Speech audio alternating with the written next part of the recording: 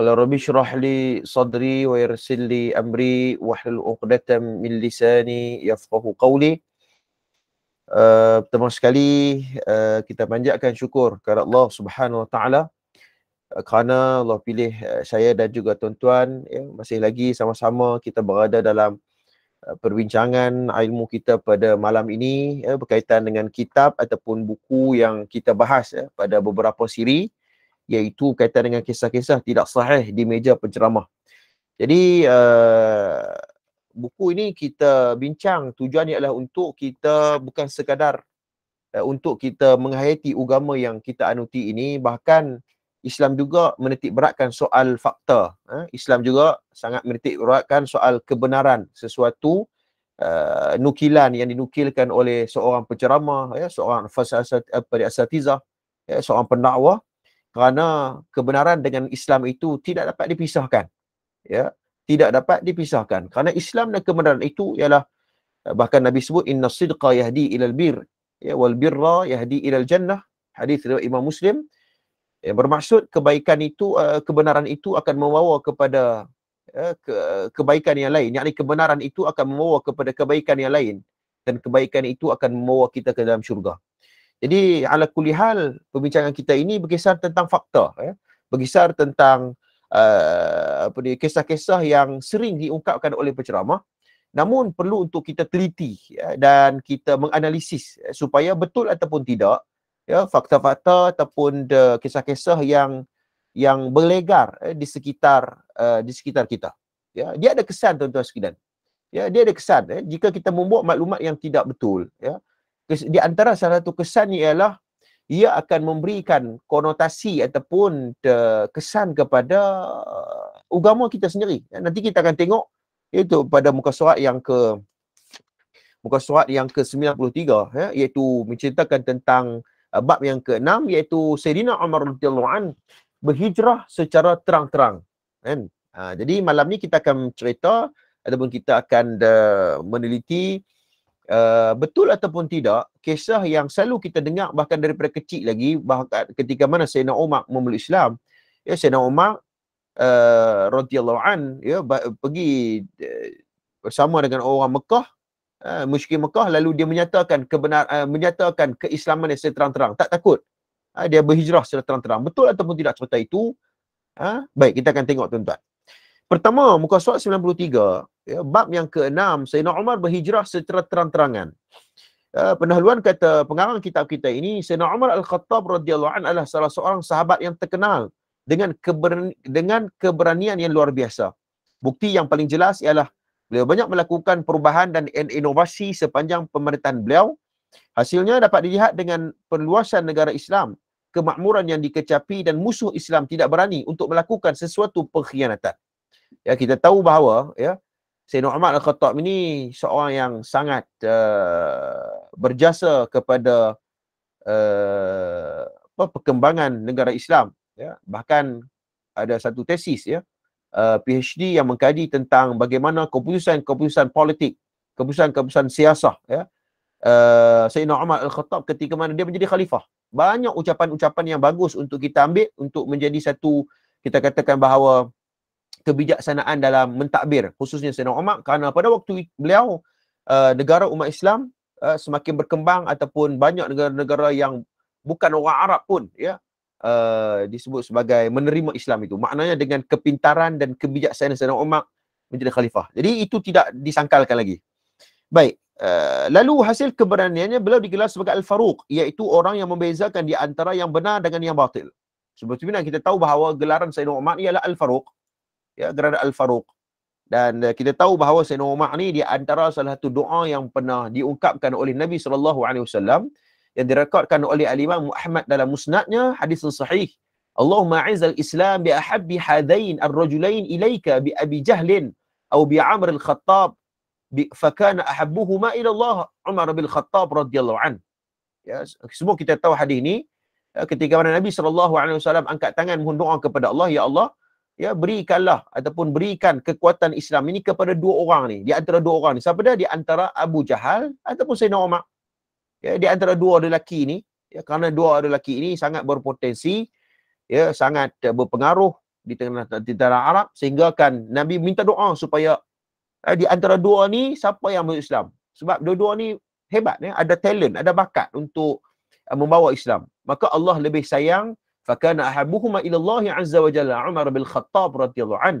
Allah lebih sayang kepada Sayyidina Umar al-Khattab. Maka Sayyidina Umar maknanya seorang sahabat Nabi yang didoakan oleh Nabi sallallahu alaihi wasallam. Baik, beliau tidak agak-agak untuk menegakkan kebenaran meskipun ke atas kaum kerabatnya sendiri, dan tidak teragak-agak untuk menjatuhkan hukuman kepada sesiapa pun.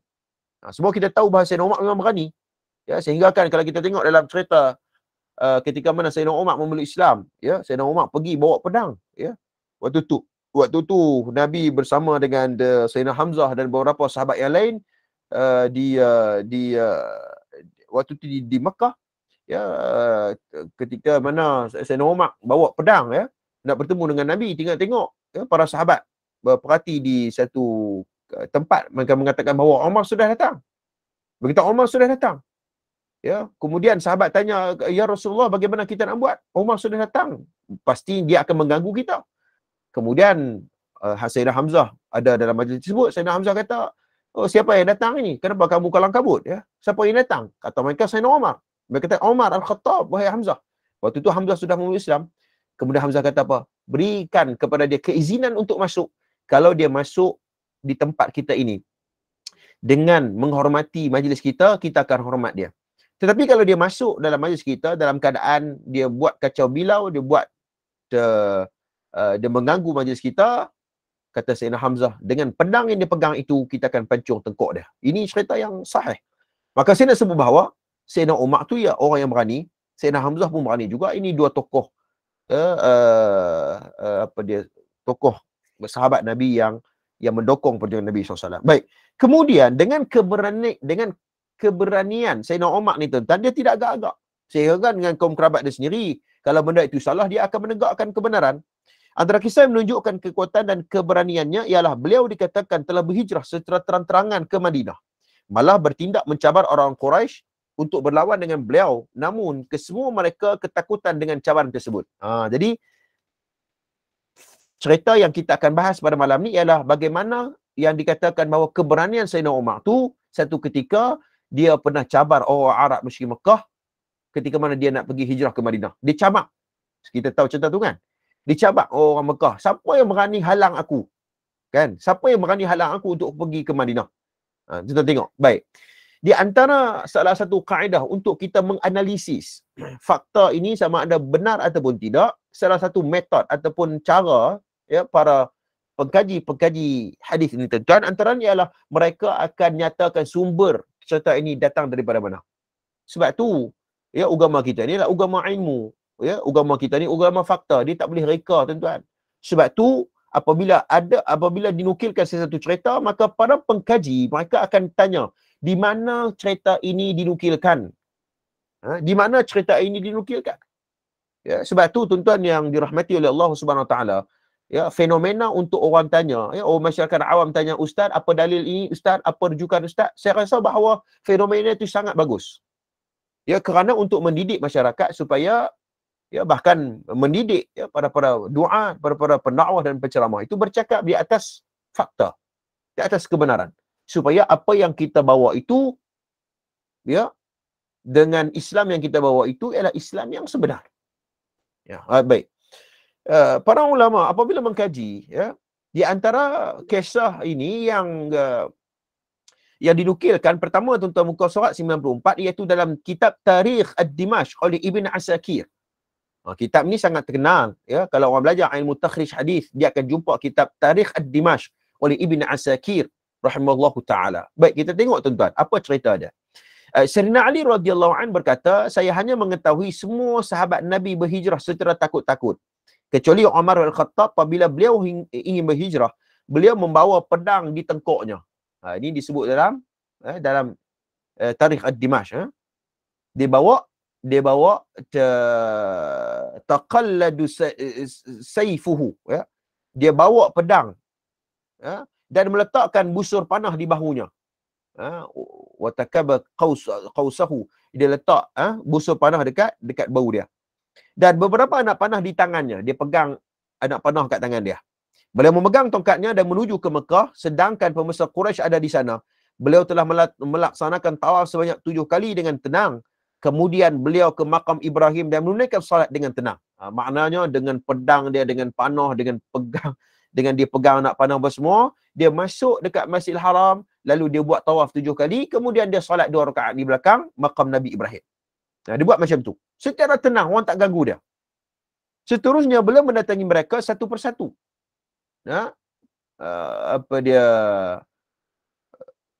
Sayyidina Umar pergi dekat pemimpin Quraisy yang tengok dia buat macam tu, dia pergi seorang demi seorang. Dia kata apa? Dia kata, syahat wujuhu la yarghamullah illa hadhil ma'atash. Kata Sayyidina Umar. Ini ucapan dia. Buruklah yang bermaksud, buruklah wajah kamu, Allah Subhanahu Wa Taala tidak menghina melainkan hidung-hidung kamu. Kemudian dia kata, man arada an tathakalluhu ummuhu au yutimu waladuhu au yurmalu zawjahu, ya, dia mengatakan bahawa sesiapa yang nak ibunya kehilangan anaknya. Kita tahu cerita tu kan? Semua kita tahu cerita tu. Siapa yang nak anak ibunya yang kehilangan anak dan anaknya menjadi yatim, isterinya menjadi ibu tunggal, maknanya mati, ya, marilah bertemu aku di lembah ini, kata dia. Falyalqani wara'a hadzal wadi. Mai jumpa aku. Siapa yang berani nak berdepan dengan aku, siapa yang berani nak bertempur dengan aku, kata Sayyidina Umar radhiyallahu an, falyalqani, mai bertemu dengan aku, kata Sayyidina Umar. Di wadi ni di mana? Di lembah ataupun di Masjidil Haram. Sayyidina Umar.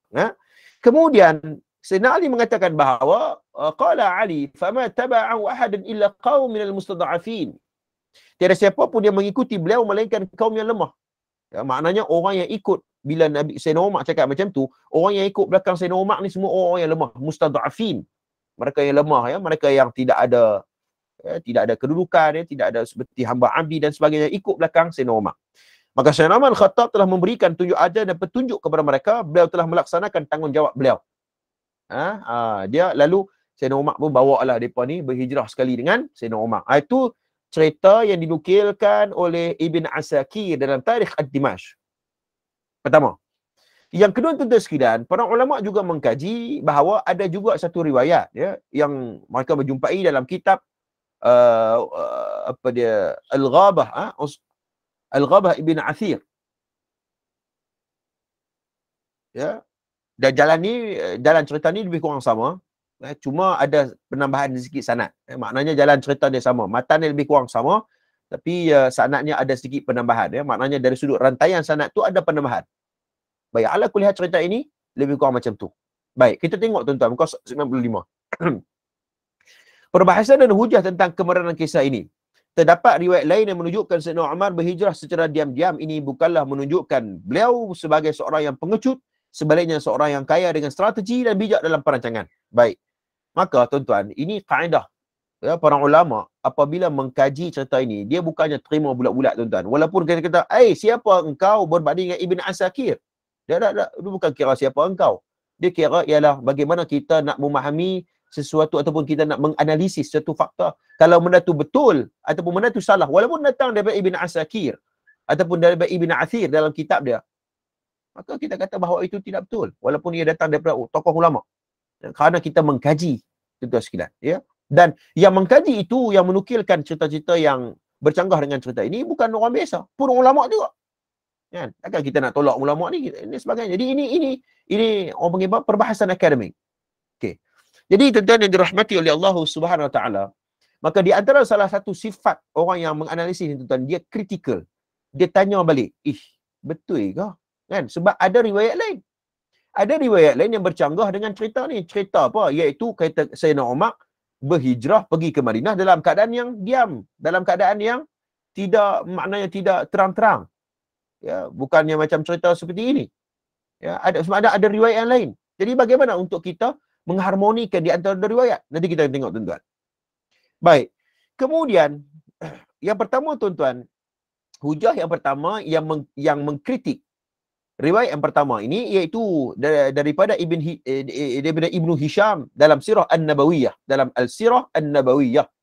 Ya, seperti mana kita tahu bahawa Ibnu Hisham ini salah seorang tokoh ulama mutaqaddimin. Ulama sirah yang mutaqaddimin, disebut sebagai umur yang lahir sekitar 300 tahun hijrah ke bawah. Itu ulama mutaqaddimin. Begitu juga sirah Ibnu Ishaq. Nanti kita akan bahas sikit siapa Ibnu Ishaq ini dan bagaimana penerimaan dan kritikan para ulama hadis apabila jarh wa ta'dil apabila menerima riwayat Ibnu Ishaq. Bagaimana keadaannya? Nanti kita akan bahas sikit, tuan-tuan. Baik, jadi ada satu riwayat daripada Ibnu Hisham dan Ibnu Ishaq. Ini dua kitab yang sangat hebat. Tuan, saya ada kitab tu, kitab Sirah Ibnu Ishaq dan Sirah Ibnu Hisham. Ya, dua kitab ni kitab mutaqaddimin yang asal, yang awal. Sebab tu kalau kita tengok kitab-kitab mu'assirin, ya, kitab-kitab sirah mu'assirin, seumpama seperti Fiqh Sirah oleh Sa'id Ramadan Al-Buti, Fiqh Sirah oleh Syekh Al-Ghazali, ya, Ar-Rahiqul Makhtum Mubarak Furi, ya, Abu Hasan Ali An-Nadawi, Sahih As-Sirah An-Nabawiyah, dan beberapa lagi kitab-kitab sirah yang lain. Ya, kebanyakan mereka merujuk kepada Sirah Ibnu Ishaq dan Sirah Ibnu Hisham. Ya, kan? Jadi maknanya depa nak cerita pasal sirah Nabi, la budda kata orang Arab, mesti kena rujuk kitab-kitab yang awal. Kan? Mesti kena rujuk. Macam kita lah, tuan-tuan. Dan kita membaca kitab contohnya Matan Arba'in li Imam Nawawi. Imam Nawawi pun dia ambil daripada Bukhari, Muslim dan sebagainya. Kerana itu ulama-ulama yang awal. Begitu sifatnya. Baik. Kita tengok, tuan-tuan sekalian, Ibnu Ishaq rahimahullahu ta'ala yang wafat sekitar tahun 151 Hijrah. Tuan-tuan, kenapa kita kena tahu bila wafatnya para ulama ni? Untuk kita tahu bahawa bagaimana perjalanan ilmu dia ataupun dia duduk di marhalah yang mana. Itu pentingnya untuk kita tahu bahawa dia wafat tahun bila. Sebab tu, tuan-tuan, bila ada maklumat seperti ini, tuan-tuan hafal terus. Ya, contoh kalau tuan-tuan ambil kertas A4, tuan-tuan tulis umur 100 tahun hijrah ataupun 200 hijrah, siapa ulama yang terkenal yang duduk pada waktu itu, pada zaman itu. Maka kita akan tahu bagaimana corak pemikirannya, fatwa-fatwa yang dinukilkannya. Maka kita tahu bahawa konteks ucapan dikeluarkan itu, kita tahu bahawa dia duduk pada zaman sekian-sekian. Nah, ini penting. Ya. Nanti kita akan tengok bagaimana pertembungan di antara Imam Malik dengan Ibnu Ishaq. Mana satu untuk kita orang kata apa? Bukan mentarjih ataupun untuk kita kata bahawa siapa salah, siapa yang betul. Kan? Siapa salah, betul. Sebab bertembung di antara dua tokoh ulama satu zaman. Ya, Imam Malik bin Anas dengan Ibnu Ishaq. Sekali kita akan tengok. Kita tengok dulu cerita dia macam mana. Baik. Ibnu Ishaq dia menukilkan, ya, wafat 151 Hijrah, berkata Umar bin Al-Khattab radhiyallahu an keluar bersama Ayyash bin Abi Rabi'ah Al-Makhzumi. Satu cerita yang lain dia kata bahawa Sayyidina Umar dia keluar dengan Ayyash. Ya, bukannya dia pergi seorang-seorang duduk dekat Masjidil Haram, kemudian dia kata siapa yang berani main bertempur dengan aku, dia tak kata macam tu. Dia kata keluar dengan Sayyidina Ayyash bin Abi Rabi'ah Al-Makhzumi sehingga ke Madinah. Nafi' Maula Abdullah bin Umar. Ya, Abdullah bin Umar 117 Hijrah melaporkan kepada saya daripada Abdullah bin Umar, daripada bapanya Umar bin Khattab radhiyallahu anhuma, katanya saya melakukan persediaan apabila kami ingin berhijrah ke Madinah. Saya Ayyash bin Abi Rabi'ah dan Hisham bin Al-Asi bin Wa'il As-Sahmi di Tanadub yang berkata dengan pergi Bani Ghifar atas dari Sarif. Ya, kami berkata jika ada di antara kita yang tidak berada di sini pergi esok, bermakna sudah tertangkap. Yang terselamat hendaklah meneruskan perjalanan. Kata Umar radhiyallahu an, esoknya saya dan Ayyash tiba di At-Tanadub, sedangkan Hisham telah ditangkap dan diseksa. Maknanya apa, tuan-tuan sekalian? Ini ucapan Sayyidina Umar dengan sahabat-sahabat ini, mereka cuba untuk melakukan penghijrahan secara strategi. Sebab tu dakwah ni, tuan-tuan yang dirahmati oleh Allah, dia bukannya kira yang penting aku berdakwah, bukan. Dakwah itu satu hal yang lain, dan satu hal yang lain ialah strategi dalam dakwah. Strategi dalam dakwah ini iaitu bagaimana kebijaksanaan dalam menyampaikan dakwah. Ya, ada orang dia ada ilmu tinggi tapi dia tak ada strategi. Kan, kena muhung saja dengan musuh. Kan, kena tipu saja, berkali-kali kena tipu dengan musuh Islam. Itu tidak cerdik.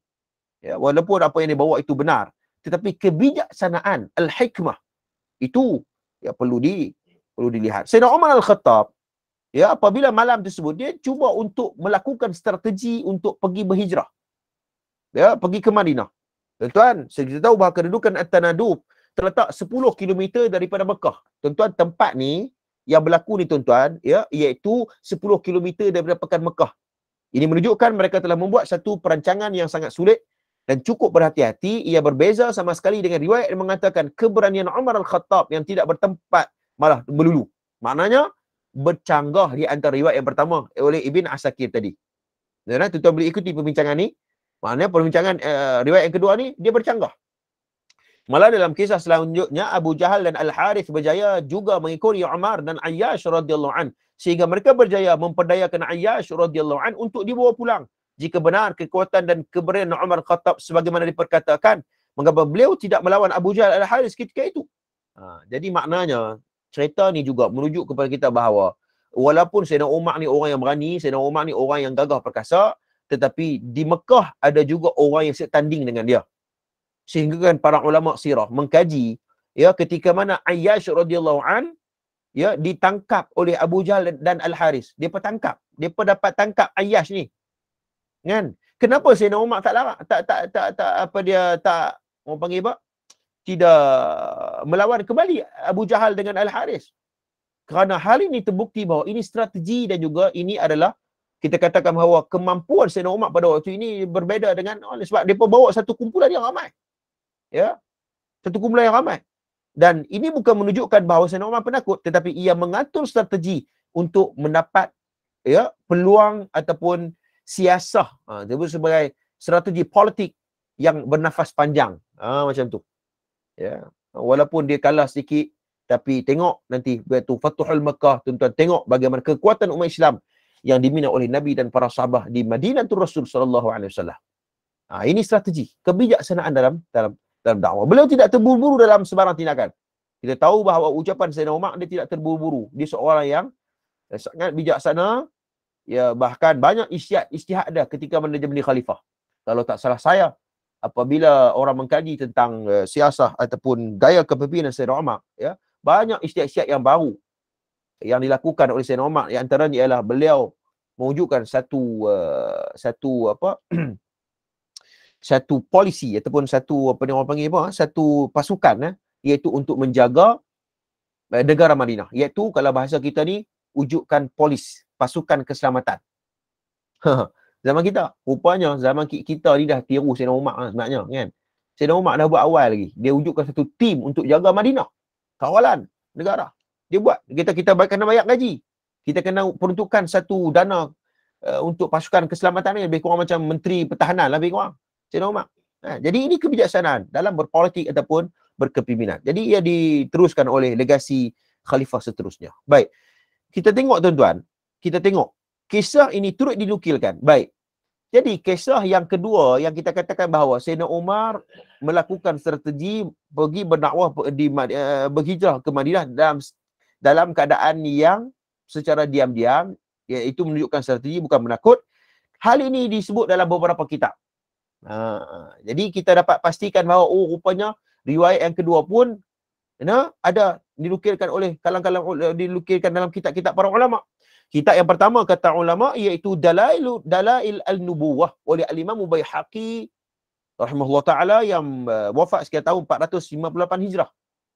Kita tahu kitab Dalail al-Nubuwah ini menghimpunkan hadis Nabi, cerita-cerita tentang kisah-kisah sirah Nabi SAW. Sanad kisah ini tuan-tuan tengok. Abu Abdullah Al-Hafiz melaporkan kepada kami, Abu Al-Abbas melaporkan kepada kami, Muhammad bin Yaqub terriwayatkan kepada kami, Ahmad bin Abdul Al-Jabbar, seterusnya Yunus bin Bukhair, seterusnya Muhammad bin Ishaq, katanya Nafi' daripada Abdullah bin Umar melaporkan kepada saya daripada Umar bin Al-Khattab radhiyallahu anhu. Jadi ini sanad. Sebab tu kata Abdullah ibn Mubarak, dia pernah mengukilkan, ini ucapan yang sangat terkenal. Kata Abdullah ibn Mubarak mengatakan bahawa kalau al-Islam min-ad-din, sanad itu sebahagian daripada agama. Kalau tidak ada sanad, itu menunjuk bahawa orang boleh reka cerita. Dan sebab tu kita katakan bahawa ilmu sanad ini ataupun ilmu rijal ini sangat penting untuk kita menjaga autentik ataupun keaslian sesuatu maklumat. Ya. Ini sanad dinukilkan oleh Imam Baihaqi. Tuan-tuan, sebab tu ada hari ni ya, kalau kita tengok buku-buku sejarah ataupun buku-buku sirah yang ditulis oleh ustaz-ustaz kita hari ni kan, kadang-kadang bila mereka tulis buku kan, mereka tak nukilkan sanad. Kan? Zaman sekarang ni, tuan-tuan pergi ke pesta buku ke, ya, antarabangsa, tuan-tuan tengok buku-buku sejarah ya. Contoh Pak Latif ke kan, ataupun beberapa buku-buku lain mereka tulis sejarah, mereka tak tulis sanad. Kalau tulis sanad, tuan-tuan sekalian, kan, daripada muka surat ada 200 muka, dia tambah sampai 300 muka surat sebab sanad tu panjang. Jadi ya, tetapi pada zaman 400 ke 300 Hijrah ni, seperti mana kita tahu bahawa zaman ini memerlukan sanad. Ya, memerlukan sanad. Ya, memerlukan sanad. Kalau zaman sekarang ni bukan tak perlukan sanad, perlu, tapi benda tu telah ditadwin, telah berada dalam buku-buku kita dah. Kita tak payah takut dah. Kalau hang tak tulis sanad pun dalam buku-buku sejarah kita, kita dah boleh check kisah tu duduk tang mana. Bahasa Kedah kita kan. Kita dah boleh check. Kita dah boleh check kisah tu duduk di mana, apa sanadnya kan. Walaupun penulis itu tidak menukilkan sanad tersebut, kita boleh check. Sebab telah ditadwin, telah dibukukan ataupun telah dihimpunkan sanad-sanad tu. Tapi kalau zaman 300 ke 400 Hijrah itu perlu kena ada sanad lah. Kerana tidak ada lagi buku-buku maknanya secara khusus ya, dia tentang kisah-kisah ni. Baik, kemudian yang kedua iaitu Yunus bin Bukhair. Kebanyakan ulama seperti Yahya bin Ma'in, Usman bin Sa'id, Ibn Hibban menerima beliau. Namun terdapat setengah ulama menolak seperti An-Nasi'i dan Abu Daud. Baik. Jadi kisah ini kisah yang kedua ini kisah yang sahih, ya, sanad yang sahih. Ya, seperti juga dalam kita tengok nukilan yang ketiga oleh Al-Imam Al-Haythami dalam kitab Majma' Az-Zawaid. Majma' Az-Zawaid ya, oleh Al-Imam Al-Haythami yang wafat 807 Hijrah. Tuan-tuan, Majma' Az-Zawaid oleh Al-Haythami ni kitab apa? Tuan-tuan, ini kitab hadis. Ini di antara salah satu kitab hadis. Ya, dan kita tahu bahawa Majma' Az-Zawaid oleh Al-Imam Al-Haythami rahimahullahu taala, kitab ini kitab ni dia himpun apa dia? Dia himpun hadis, iaitu hadis-hadis yang menghimpunkan hadis-hadis tambahan, yang menghimpunkan yang mana hadis tersebut yang tidak terdapat dalam kutubus sittah. Maknanya dalam Bukhari, Muslim, Abu Daud, Tirmizi, Nasa'i, Ibn Majah dan selainnya, Al-Imam Al-Haythami dia cari hadis-hadis yang tak ada dalam kitab tersebut, lalu dia kumpulkan satu hadis, lalu hadis itu dinamakan sebagai Majma' Az-Zawaid. Itu. Apa peranannya? Peranannya banyak, tuan-tuan. Ini tugas para ulama. Peranannya cukup banyak. Karena kita tahu bahawa ya, bukan semua hadis yang dikumpulkan oleh Bukhari dalam kitab Jami' Sahihnya, bukan semua hadis yang terkumpul dalam kitab Sahih Muslim, bukan. Kerana mereka memilih hadis-hadis tertentu untuk masuk dalam kitab sahih mereka. Kan? Namun ya, orang panggil jasa oleh Al-Imam Al-Haythami, dia mengumpulkan hadis-hadis yang tak terdapat dalam kitab kutubus sittah, itu ialah untuk memberi nas, orang mengatakan bahawa nas tambahan, maknanya mengatakan bahawa lebih kurang macam ni lah, lebih kurang macam kita katakan bahawa ya, bukan tak ada dalam kitab kita, ada lagi kitab dalam Majma' Zawaid yang kita tidak menjumpainya. Jadi soalannya, sahih ataupun tidak dalam kitab Majma' Zawaid, kita kena check. Bukan semua yang sahih. Kita kena check juga. Walaupun oleh Al-Imam Al-Haythami dia kumpul dalam Majma' Zawaid, kita kena check juga sama ada sahih ataupun tidak. Dan kita tahu bahawa Al-Imam Al-Haythami ni seorang tokoh ulama yang besar. Kata Al-Imam Al-Hafiz Al-Iraqi, dia pernah mengatakan bahawa ijma'a hadhi tasanif wahdhif asanidaha likai tajtami'a ahadith kulli babin minha fi babin wahidin min hadha. Kata Imam Al-Hafiz Al-Iraqi mengatakan bahawa kumpulkan kitab-kitab tersebut lalu buang sanadnya supaya terkumpul pada hadis-hadis pada setiap bab dalam satu perbahasan kitab. Kemudian Al-Imam Al-Haythami dia merespon baik terhadap gurunya iaitu Al-Iraqi. Dia mengatakan bahawa setelah beliau memohon bertawakal kepada Allah, kemudian lahirlah kitab yang sangat monumental ataupun kita katakan bahawa kitab yang sangat bermanfaat, iaitu kitab Majma' Az-Zawaid. Maknanya dia kumpul baliklah sanad-sanad ataupun hadis-hadis yang tidak terdapat dalam kitab Kutubus Sittah. Ini sedikit maklumat tentang Majma' Az-Zawaid. Tuan-tuan boleh ada satu ilmu khas ya berkaitan dengan kitab-kitab ni disebut sebagai ilmu manahij muhaddithin. Dia manahij muhaddithin. Nanti kalau ada kesempatan tuan-tuan akan jumpa satu ilmu manahij muhaddithin lebih mendalam berkaitan dengan manhaj para ulama dalam menulis satu kitab itu. Baik, kemudian yang keempat iaitu Sahih As-Sirah An-Nabawiyah oleh Ibrahim Al-Ali. Ya, begitu juga dalam kitab Kashful Athar Az-Zawaid Al-Bazzar oleh Al-Imam Al-Haythami 807 Hijrah. Sanad kisah ini Az-Zuhair bin Muhammad bin Qumar Qumair melaporkan kepada kami bahawa Sidqah bin Sabiq melaporkan kepada kami daripada Muhammad bin Ishaq. Katanya Nafi' melaporkan kepada saya daripada Ibnu Umar radhiyallahu anhuma, dari Umar Al-Khattab radhiyallahu an. Jadi cerita yang kedua tu yang Sayyidina Umar pergi ke Madinah dalam keadaan diam-diam tu, iaitu ialah merujuk kepada strategi Sayyidina Umar, iaitu ya banyak dinukilkan dalam kitab-kitab yang hebat. Bahkan Al-Hafiz Ibn Hajar Al-Asqalani dalam kitab Al-Isabah mengiktiraf sanad, ya, mengatakan bahawa sanad ini sahih, yakni sanad yang kedua tu. Sanad yang kedua tu sahih. Ya. Baik, kemudian kita tengok. Kita cuba analisis. Yang kedua tuan-tuan, fakta yang dirakui. Baik, kita kena timbulkan keraguan. Betul ataupun tidak? Cerita yang pertama tu. Kelihatan agak mustahil tiada dalam kalangan Arab Quraisy yang berani untuk berhadapan dengan Umar Al-Khattab. Ya, sedangkan terdapat ramai pahlawan yang handal-handal dan setanding dengan beliau. Ini kita agak kritikal, kita tanya balik. Takkanlah ya orang tak berani nak lawan Sayyidina Umar kot. Kan? Sayyidina Umar ramai lagi panglima-panglima yang handal-handal. Orang yang musuh Islam pada waktu itu yang bahkan mereka membunuh para sahabat ketika mana awal memeluk Islam dan sebagainya. Jadi ini satu persoalan yang boleh kita timbulkan. Yang kedua tuan-tuan, riwayat lain dalam Sahih Al-Bukhari. Dalam Sahih Al-Bukhari, dalam beberapa kitab yang lain, hanya dinyatakan Umar Al-Khattab sampai di Madinah bersama dengan 20 orang sahabat yang lain tanpa disebutkan langsung tentang cabaran beliau secara terang-terangan. Baik. Jadi, di sini ada tiga cerita. Ada tiga. Jangan tuan-tuan duk pening. Cerita yang pertama, Sayyidina Umar dakwah dia pergi ke Madinah secara terang kan. Dia berani. Pertama. Yang kedua iaitu Sayyidina Umar pergi ke Madinah secara diam, bercanggah dah. Cerita yang ketiga juga ada dalam kitab Sahih Al-Bukhari dalam bab surah As-Sabih Ism Ar-Rabiq Al-A'la. Dalam Sahih Al-Bukhari. Ya, dalam Sahih Al-Bukhari, dalam Sahih Al-Bukhari dalam kitab Tafsir Quran, iaitu ada cerita tentang Sayyidina Umar pergi ke Madinah dalam membawa hampir 20 orang sahabat. Pula dah. Tadi kata 2 orang saja. Ayas je. Ini tiba-tiba main 20 orang. Main kumpulan pula. Yang cakap tu pun Bukhari. Kan? Imam Bukhari. Kan? Jadi takkan dah ulama besar ni pun bercanggah maklumat kot. Okey, sabar dulu. Kan? Sabar dulu. Jangan kalut. Sebab tu para ulama adalah satu bab dalam ilmu hadis disebut sebagai ilmu mukhtalif hadis. Mukhtalif bainar riwayat.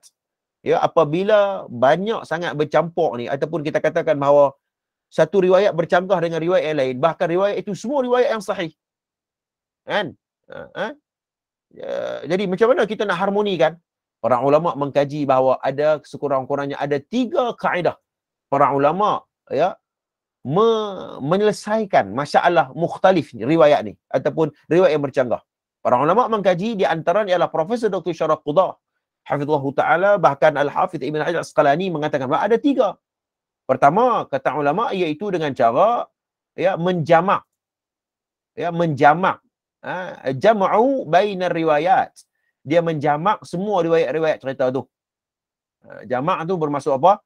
Dia kena kumpul semua riwayat tu lalu mengharmonikan. Lalu dia mengharmonikan apa dia cerita tersebut. Dia harmonikan, dia tak buang. Contohnya pada cerita kita ni tuan-tuan sekalian, kelihatan terdapat percanggahan dari riwayat Ibnu Ishaq dalam Sahih Al-Bukhari. Ibnu Ishaq membawa riwayat bahawa Umar berhijrah secara diam-diam, sedangkan Al-Bukhari menyatakan beliau berhijrah selama 20 orang. Dia bercanggah.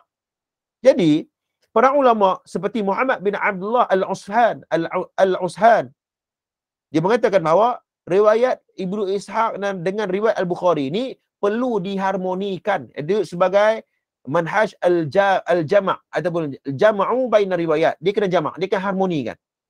Iaitu bagaimana? Kata ulama, sesungguhnya para sahabat saling bertemu antara sama lain dalam perjalanan. Itu benda biasa. Sayyidina Umar bila berhijrah, kan, bertemu di tengah jalan.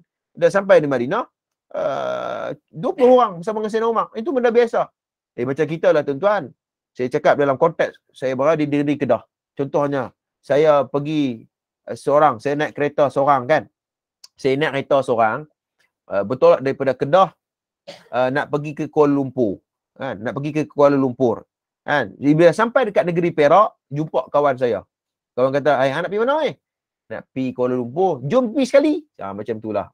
Lepas tu, bila bertemu di Perak contohnya, kemudian bila sampai di Madinah, jadi bertambahlah orang sampai. Macam itulah kisahnya. Perlu, maknanya cerita ini para ulama mengharmonikan. Rupanya Sayyidina Umar jumpa sahabat di tengah jalan, bila sampai di Madinah, bertambahlah 20 orang. Baik. Jadi tuan-tuan sekalian, ini kaedah pertama, jam'u baina riwayat. Kalau bercanggah. Yang kedua iaitu dengan kaedah nasakh, an-nasakh. Iaitu kena buang satu riwayat lalu mengambil riwayat yang lain. Seperti perkahwinan mut'ah. Tuan-tuan, Syiah, ya, walaupun kita tahu bahawa Syiah dia cakap berkaitan dengan perkahwinan mut'ah itu ada dalil. Kita tahu memang Syiah ada dalil, tuan-tuan. Sebab tu orang yang tidak mengkaji ilmu hadis, tuan-tuan, ya, mereka akan terpengaruh dengan Syiah.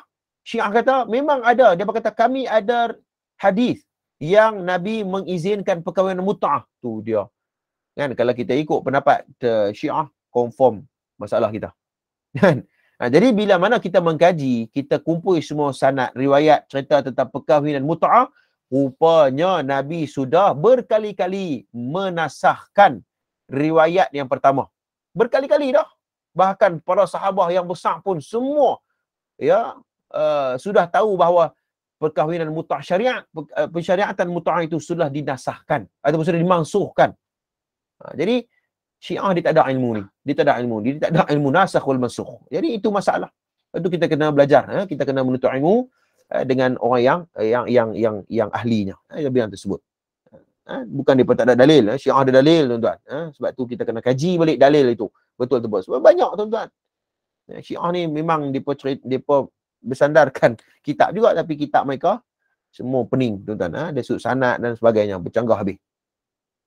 Baik, kemudian kita tengok. Yang ketiga, saya nak cerita tentang mukhtalif hadis tadi. Yang ketiga itu manhaj at-tarjih. At-tarjih maksudnya dia mengambil pendapat yang lebih rajih.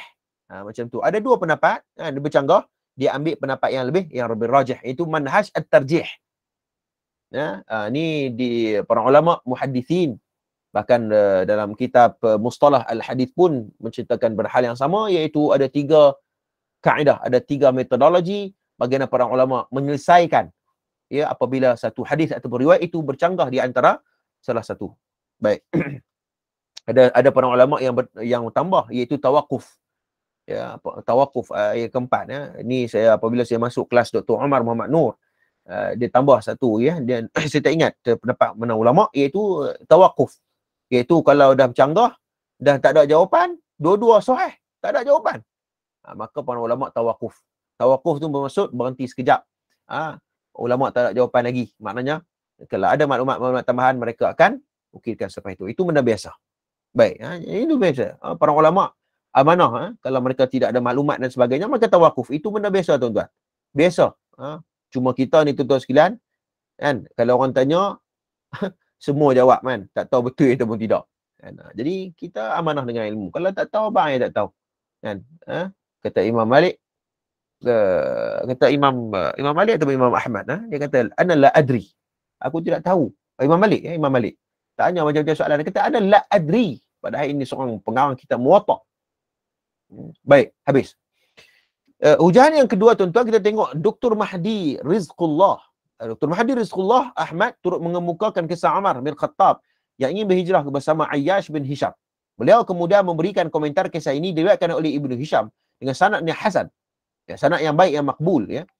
Ibn Hajar telah mensahihkan dalam Al-Isabah riwayat Ibn As-Sakan dengan sanadnya dari Ibn Ishaq Al-Athar atau perkhabaran sahih tentang hijrah Sayyidina Umar ini bertentangan dengan hadis daif yang masyhur di sisi kebanyakan manusia bahawa Umar mengiklankan hijrah beliau dan berkata kepada orang musyrikin, barang siapa yang mahu ibunya kehilangan anak, isterinya menjadi armalah, yakni ibu tunggal, marilah bertemu aku di belakang lembah ini. Jadi maknanya bahkan Nasruddin Al-Albani menghukumkan riwayat yang pertama itu ialah daif. Daif. Jadi tuan-tuan, apabila kita mengkaji bahawa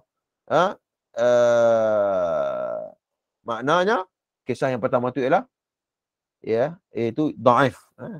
Para ulama mengkaji tersebut sanadnya. Baik, kita tengok hujah Dr. Akram Ad-Diyah. Dr. Akram pula berkata kisah yang menyatakan Sayyidina Umar mengiklankan hijrah beliau dan cabaran ibu akan menjadi janda adalah tidak sahih, kata dia. Yang ini cerita pertama tadi ni. Beliau menyatakan punca kelemahan maklumat tersebut ialah kerana ada 3 orang perawi yang dianggap sebagai majhul dan tidak dikenali. Ini alasannya. Sebab tu kita jangan menolak sesuatu maklumat tanpa ada alasan, tanpa ada rasional ataupun objektif. Ulama Islam ni tuan-tuan, mereka bersifat objektif. Objektif maksudnya apa? Ya, kalau benda tu salah, tang mana salah tu? Apa yang salah? Apa rasionalnya? Kalau betul, apa yang betulnya? Bukan dia kata, tak betul. Sebab apa? Sebab dia kata betul. Tak. Itu bukan objektif lagi. Kan? Yang objektif ialah kita nak kena tahu apa sebab benda tu salah. Para ulama mengkaji madaruhu ala Zubair bin Muhammad bin Khalid al-Uthmani. Ya, ini disebut juga dalam kitab Difa' anil Hadith Nabawi. Ya, bahkan para ulama lain mengkaji tentang beberapa perawi yang bermasalah dalam cerita yang pertama itu. Mereka mengatakan bahawa ada beberapa orang, perawi yang pertama ialah Az-Zubair bin Muhammad, itu perawi yang pertama. Yang kedua wa syaiqahu, dia punya guru dia. Yang ketiga Abu Syaiqah. Ni 3 orang ni bermasalah yang digelar oleh para ulama majhulun la ya'rifun. Apa maksud majhulun? Iaitu perawi yang tidak dikenali. Apabila kita sebut tentang perawi yang dihukumkan sebagai majhul, iaitu perawi yang tidak dikenali, orang tak kenal dia. Ini hadis, ini cerita, ini khabar, ini athar. Kamu nak cerita kepada orang, perawi sanad itu, padahal di antara perawi dengan perawi yang lain, kita pun tak kenal dia. Kita tak kenal dia, macam mana kita nak terima? Kan? Macam kita lah tuan-tuan, kita nak ambil satu benda yang besar, maklumat yang besar. Ya, tiba-tiba kita ambil orang yang kita tak kenal. Siapa orang ni?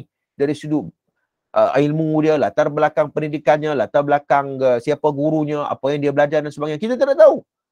Jadi majhul ini para ulama hadis mengatakan bahawa mereka mengklasifikasikan sebagai perawi yang boleh menyebabkan riwayat ini menjadi dhaif kerana majhul. Para ulama mutaqaddimin yang lahir 300 tahun hijrah ke bawah membahagikan bahawa majhul itu terbahagi kepada 3. Ya, bahkan Al-Imam Syafi'i yang wafat 204 hijrah, dia mengatakan bahawa kami tidak terima suatu khabar, yakni satu hadis dari sumber yang tidak kami ketahui. Imam Syafi'i bagi tahu macam tu. Kami tak akan terima hadis kalau perawi itu kami tak kenal dia.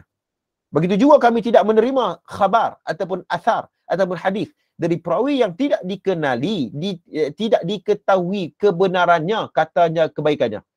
Maksudnya kita tidak tahu kesalihannya, kedabitannya, keadilannya. Kita tidak tahu macam mana kita nak terima, kata Imam Syafi'i. Ulama hadis mutaqaddimin membahagikan majhul ini terbagi kepada 3. Majhul yang pertama ialah majhul al-ain, majhul ain, iaitu majhul yang kita tidak mengenali identiti perawi tersebut. Maknanya kita tak kenal dia, tidak ada dalam kitab-kitab rijal. Ya, bila kita cek perawi itu tidak menjumpai perawi tersebut dalam kitab-kitab rijal. Tuan-tuan, kitab rijal, kitab apa? Kitab yang menghimpunkan perawi-perawi hadis. Seperti Taqribut Tahzib, Tahzibul Kamal oleh Al-Mizzi, Tahzibut Tahzib, lagi apa lagi? Ya? Apa dia? Siyar I'lamun Nubala. Apa dia? Itu kitab yang sangat terkenal. Dan ya, Al-Isabah dan selainnya. Banyak kitab-kitab rijal. Ya. Al-Istiya'ab dan selainnya. Ini semua kitab-kitab rijal. Maka bila kita cek kitab-kitab yang penting ni, ya, dan Bidayatu wan Nihayah Al-Hafiz Ibn Katsir pun tidak menjumpai perawi ini, maka kita katakan bahawa kita tak kenal dia. Tidak ada dalam kitab-kitab perawi. Itu majhul ain. Yang kedua majhul hal, iaitu kita tidak mengetahui kepribadian dia. Kita tidak tahu dari sudut kedabitan, Maknanya kedabitan itu kita tidak tahu. Kita tidak tahu dia punya keperadian. Contoh kita kata Ali bin Muhammad, contoh. Kan? Kita tak tahu. Maklumat tentang dia itu tidak tahu. Yang ketiga, majhul mastur, iaitu kita tidak tahu benda baik daripada dia. Maknanya kabur. Kabur maknanya kita nak kata baik, tak ada pula ulama-ulama lain yang kata-kata dia baik. Contohnya, ada sudut kesalehannya, kezuhudannya, kuat ibadatnya dan selainnya. Tidak ada. Jadi para ulama mengatakan bahawa kalau ada maklumat ataupun kalau ada jenis-jenis macam ni, para ulama mengklasifikasikan sebagai sanad ini sanad yang dhaif. Jadi apa dia kesimpulannya para ulama mengkritik riwayat ini, mengatakan bahawa sanad yang pertama ialah sanad yang dhaif. Ya, Al-Usman berkata kebenaran Al-Faruq radhiyallahu anhu tidak dapat disangkal, namun perbincangan tertumpu kepada sanad kisah tersebut. Malah Nabi SAW sebagai orang yang paling berani berhijrah bersama As-Siddiq dalam keadaan takut-takut dilihat orang-orang musyrik, namun ia tidak mengaibkan. Maknanya para ulama mengkaji, ya, ya, Nabi SAW seorang lelaki yang berani. Ya, bahkan Al-Hafiz mengatakan bahawa fajama'a sifatil quwa thalathil aqliyati wal ghadabiyyati wa syahwaniyati fasyaja'atu tadullu ala ghadabiyyah. Para ulama mengkaji Nabi SAW, tuan-tuan sekalian, terhimpunnya ketiga-tiga sifat ni. Ketinggian akal, cerdik, pandai, kuat dan sebagainya. Bahkan Nabi pun berhijrah dengan Sayyidina Abu Bakar dalam keadaan strategi. Betul tak tuan-tuan? Kalau Nabi seorang yang kuat contohnya, ya, bahkan Nabi seorang yang kuat, pastinya Nabi akan mengiklankan secara terang-terang. Betul tak tuan-tuan? Secara terang-terang bagi tahu kat orang Mekah, kata ni aku nak pergi Mekah, aku nak pergi Madinah ni. Mainlah tangkap aku. Tak. Nabi tak buat macam tu. Sebab Nabi pandai, Nabi cerdik. Ini strategi dalam dakwah. Dalam istilah yang lain, bukan betul bendui. Bahasa Kedah, orang utara. Bukan betul bendui, walaupun Nabi berada dalam jalan yang benar. Tapi ini untuk menjaga kemaslahatan yang lebih jauh. Ya, begitu. Jadi, kita katakan bahawa bahkan Nabi sendiri orang yang paling berani pun berhijrah bersama Sayyidina Umar dalam keadaan ketakutan. Kita tahu ketika mana pada 3 hari 3 malam Sayyidina Umar dengan Nabi SAW duduk dalam gua, ya. Sayyidina Abu Bakar takut sehingga kan Nabi sebut la tahzan innallaha ma'ana. Jangan takut, Allah bersama kita, kan. Nabi cakap macam tu, kan. Dan ini menunjukkan bahawa, ya, strategi dan tanda kesempurnaan tawakal kepada Allah SWT. Ini 2 poin besar. 2 poin besar untuk kita memahami cerita ini. Dan keberanian Al-Faruq itu tidak perlu dipertikaikan. Memang Sayyidina Umar memang berani. Tapi yang jadi masalahnya adalah cerita yang kita sebut tadi ni. Allah SWT menggambarkan keadaan Nabi Musa AS ketika berhijrah ke Habsyah dengan mengatakan, A'udzubillahi minasyaitonirrajim. Fakharaja minha khaifan yataraqqab qala rabbi najjini minal qaumidh dhalimin. Yang maksud Nabi Musa keluar dari Mesir dalam keadaan takut sambil memerhatikan berita berkaitan baginda. Sila berkata, wahai Tuhan, selamatkan saya daripada kaum yang zalim. Takkan kita nak kata Nabi Musa ni penakut kot? Tidak, ya. Bahkan ini ialah satu arahan daripada Allah. Bahkan ini adalah satu strategi Nabi Musa AS untuk mengembangkan dakwahnya. Jadi habis, itulah cerita dia. Perbahasan berkaitan dengan bab yang ke-7, berkaitan dengan kisah Sayyidina Umar. Sedikit tadi lalang saya dah buat kajian, ya, berkaitan dengan, bukan buat kajian apa, cuma benda itu telah dikaji oleh para ulama, cuma saya nukilkan saja, iaitu perbahasan tentang Sayyidina Umar Al-Khattab. Minta maaf, perbahasan tentang seorang tokoh ulama iaitu Ibnu Ishaq. Kan, Ibnu Ishaq ni tuan-tuan sekalian, dia agak, kita katakan bahawa agak kontroversi lah, agak kontroversi.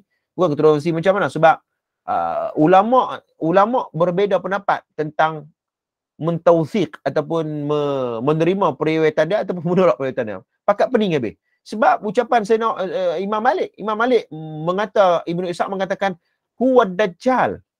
Imam Malik kata kat Ibnu Ishaq, dajjal Ibnu Ishaq. Imam Malik ni yang mengarang kitab Muwatta Imam Malik, kan. Jadi bila mana kita memahami nukilan Imam Malik yang mengatakan Dajjal kepada Ibnu Ishaq, bila kita kaji balik ucapan tu, ya, sebenarnya tuan-tuan, ya, sebenarnya Ibnu Ishaq dan Imam Malik duduk pada satu zaman. Ya, mereka ada dua madrasah yang berbeza. Mereka ada pengikut. Imam Malik ada pengikut, Imam Malik ada kitab. Ibnu Ishaq pun ada pengikut yang ramai. Dia pun ketokohan sarjana dalam bidang sirah, sahibul mau'izah dan sebagainya. Jadi ada dua madrasah yang bertembung. Di antara madrasah Ibnu Ishaq dengan madrasah Imam Malik. Ada dua, lebih kurang nak bagi kita senang faham, ada dua tokoh agama. Ada dua tok guru pada zaman itu. Jadi sebenarnya tuan-tuan sekalian, pertembungan tok guru ni ataupun pertembungan ilmuan ni benda biasa. Jangan kita duk pelik, oh ustaz ni bergaduh dengan ni, oh bergaduh cakap macam ni. Kita kata bahawa Imam Malik pun kata Dajjal. Kita ustaz ambil taman mana? Dah. Ucapan ni sangat terkenal. Tuan-tuan tengoklah kitab-kitab yang lain. Ya. Jadi bila kita kaji tuan-tuan sekalian, rupanya ya ucapan Imam Malik itu tidak boleh kita ambil sebagai tarjih mentajrih Ibnu Ishaq. Tak boleh. Sebab Ibnu Ishaq banyak mengkritik Imam Malik, ya. Ibnu Ishaq banyak mengkritik Imam Malik dan Imam Malik agak tergugat, ya. Kerana Imam Malik pada waktu itu ada kedudukan yang tinggi di Madinah, di tanah Hijaz sebagai seorang tokoh ulama besar, sehingga kan Imam Malik mengatakan begitu. Itu benda biasa. Kita kata, ya apa Imam Malik cakap begitu? Dah. Manusia, tuan-tuan. Jangan kita kata bahawa semua para ulama ini maksumin keluar daripada kesalahan. Tidak. Ya, mereka mempunyai polemik, orang kata apa? Isu dan polemik yang berlaku pada zaman mereka dalam konteks mereka. Dan cerita itu kalau kita tengok pada zaman kita ini, itu benda biasa. Ya. Cuma kita perlu menjaga akhlak dan juga adab kita ini daripada pertemuan-pertemuan yang merugikan umat Islam. Dan kalau kita tengok tuan-tuan sekalian, para ulama apabila membahaskan tentang Ibnu Ishaq ini, ialah Muhammad bin Ishaq bin Yasar bin Khiyar, ya, Al-Madani Al-Quraisy, ya, maka mengatakan bahawa ya Abu Zur'ah Ar-Razi mengatakan suduq, ya, Ahmad ibn Hanbal mengatakan hasan al-hadith, kemudian dia kata wa marrah laisa bihujjah. Ahmad bin Shu'aib An-Nasa'i laisa biqawi. Kemudian Al-Jurjani mengatakan an-nas ishtahuna hadithu wa kana yarmi ghairi naw' min bid'ah. Kan maknanya ya, hadis ni boleh kita ambil juga, tapi kena tengok jugalah. Ibn Hajar Al-Asqalani mengatakan Imam Al-Maghazi suduq yadlis. Imam Ibn Hajar Al-Asqalani mengatakan bahawa Ibnu Ishaq ni seorang imam, seorang rujukan dalam maghazi, dalam bab-bab perang. Maknanya bab-bab perang ni kita boleh ambil riwayat daripada Ibnu Ishaq. Tapi kalau bab-bab akidah, ya, bab-bab hukum mesti kita kena teliti kembali. Itu. Ya, kita kena tengok balik. Tapi dalam bab perang, bab sirah, kita boleh ambil periwayatannya. Ibnu Ishaq. Dan apabila kita membahas tentang tadlis, tadlis maknanya ada banyaklah. Nanti kita belajar tentang ulum hadis, ya, iaitu tadlis ni banyak, tadlis syuyukh, tadlis taswiyah dan sebagainya. Dan nanti kita akan belajar. Cuma saya nak sebut bahawa tadlis ni bukan semua orang perawi tadlis kita menolak. Tidak, jangan kita silap faham, ya. Bukan semua perawi yang melakukan tadlis itu kita tolak, bukan, ya. Tetapi tadlis yang dilakukan oleh perawi yang thiqah, tadlis yang dilakukan oleh perawi yang thiqah, maka kita boleh ambil lagi periwayatannya. Boleh ambil. Seperti pernah terjadi kepada Al-Imam Hasan Al-Basri. Para ulama ada juga mengkritik beliau, mengatakan bahawa beliau ialah an-anah ataupun melakukan tadlis.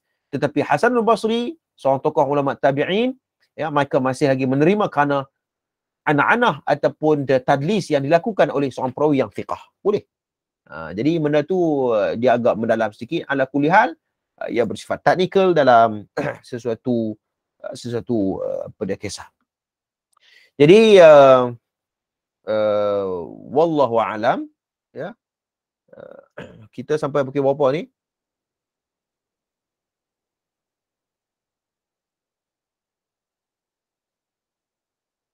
Kita boleh pergi satu lagi kisah ke? Satu lagi bab ke-7 ke? Ataupun kita nak buka soalan?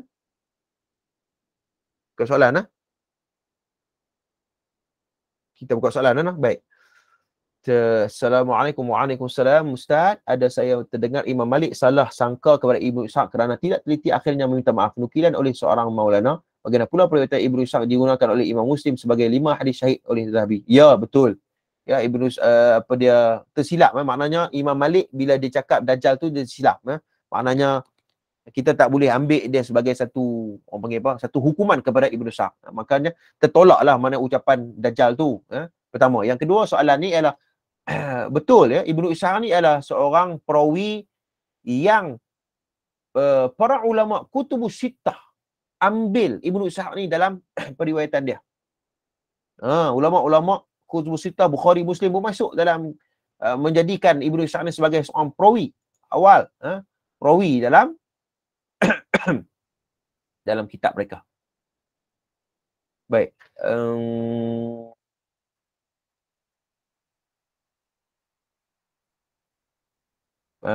Okey, pasal Ibnu Ishaq ni juga tuan sekalian, Profesor Dr. Yusuf Al-Qaradawi dalam kitabnya Tarikhuna Al-Muftara Alaih, yang bermaksud kecelaruan sejarah kita, kata Qaradawi.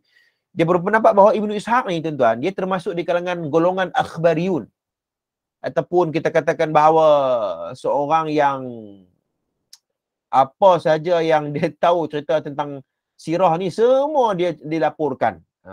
Maknanya kata Qaradawi, cerita dia kena teliti jugalah, bukan kena ambil semua. Walaupun sumbangan Ibnu Ishaq ni di antara ulama yang terawal mengumpul ya kisah-kisah ataupun sirah Nabi, sirah An-Nubuwah, tapi kita kena, Qaradawi kata kena cek lagi, kena teliti balik, bukan semua benda yang kita kena terima. Qaradawi menyebut begitu dalam kitabnya. Ya. Apa lagi yang saya nak sebut tentang Ibnu Ishaq ni? Ya, beliau seorang perawi penyusun, beliau adalah perawi penyusun kutubus sittah, Bukhari, Muslim, ya.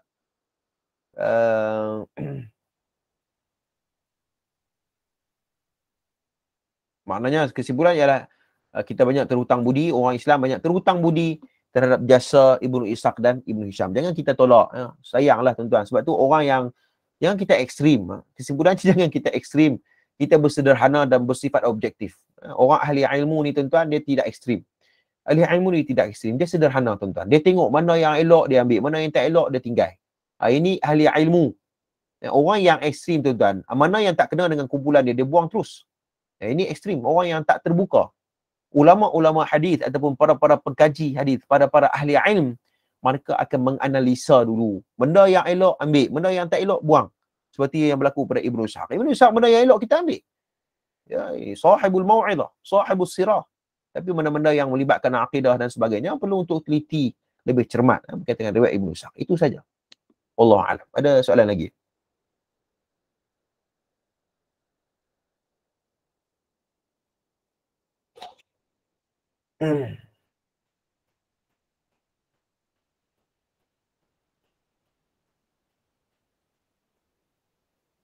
Okey, kalau tak ada soalan kita kalau tak ada soalan kita boleh berhenti sini nah. InsyaAllah kalau dipanjangkan usia, insyaAllah kita berikan kesempatan kita akan bertemu lagi ya, pada pertemuan akan datang, iaitu pada bab yang ke-7, iaitu kisah tentang kisah wanita yang taat kepada suami. Jadi insyaAllah kalau berikan kesempatan kita akan kupas ya berkaitan dengan wanita ni, isteri ni kan, isteri ni dia nak taat kepada siapa? Suami ke ataupun kepada ibu dan ayahnya. Jadi dia ada kisah di sebalik bab yang ini. Wallahu a'lam. Ada soalan ke? Okey, kalau tak ada apa, insya-Allah kita jumpa pada pertemuan akan datang. Terima kasih semua. Saya mohon maaf kalau ada kekurangan. Jaga kesihatan sebab waktu ni memang tempoh pakai orang tak sihat dan sebagainya. Jadi mudah-mudahan kalau ada rezeki dan kesempatan kita bertemu lagi pada pertemuan akan datang. Qul qouli hadza wa astaghfirullahal azim li wa lakum. Assalamualaikum warahmatullahi wabarakatuh. Waalaikumsalam Ustaz. Waalaikumsalam. Terima kasih Ustaz.